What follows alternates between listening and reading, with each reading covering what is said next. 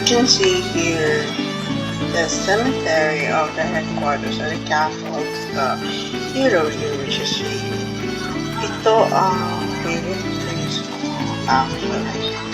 Especially nung bata pa ako, lagi ko siya sinusunod si Sierra Mickey. Feel amazing ako sa kanya yung dating niya, yung hair niya, and the fact na halos pinatawag ko na nga yung mga tao ng mga ako Sierra, and they thought my name was Sierra nung high school ako. So, I also imagine mapunta ako sa Suicolin or ito sa lugar na favorite place ko.